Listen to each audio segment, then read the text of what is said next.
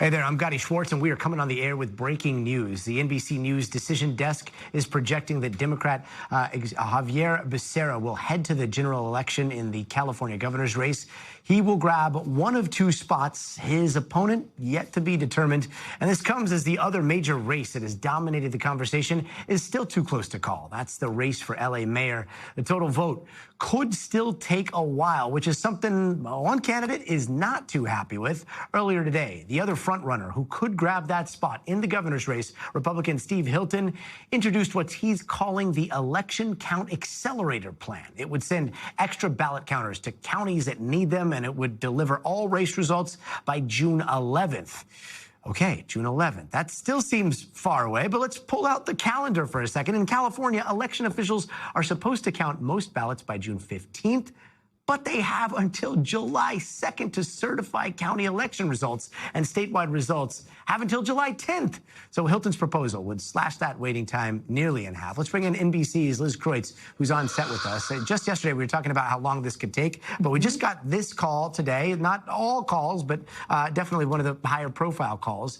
But there are so many Californians that are extremely frustrated. Yeah. How slow it takes to count votes here in California. We saw Hilton's plan, but are there ways to accelerate vote counting? Yeah, I mean, we talked about this yesterday. I think that there's sort of two things happening here. You have some Republicans who are putting out really unfounded claims at this point of voter fraud, saying that Democrats are trying to cheat during this election. That's not the case. The reason it's taking so long is simply because of this vote-by-mail process here in California, where ballots can be received up to 7 days after, as long as you postmarked it in the mail by Election Day. And that is what leads to it taking so long to count the ballots. But that said, there still can lead to some sort of like distrust and frustration in this process when it does take so long. California, I think, is the slowest state in terms of counting ballots. Again, it has to do with the fact that we make it so easy for everyone to vote. But there's a lot of frustration. There's some people are saying, should they make it where if you're going to mail it back, you have to have it arrive by Election Day? And if you're going to vote on Election Day, it either has to go in a drop box or be in person. But those are all policy decisions that happen in Sacramento, and maybe this will force that conversation. Yeah. Meanwhile, the other race that everybody's watching and talking about, the race for mayor here in Los Angeles, I know we continue to get votes in and ballots counted, but what's the latest? Do we have somebody that's emerging here other than Karen Bass? Yeah, so just like 10, 15 minutes ago, as all of this was happening, we also got the update, the latest drop.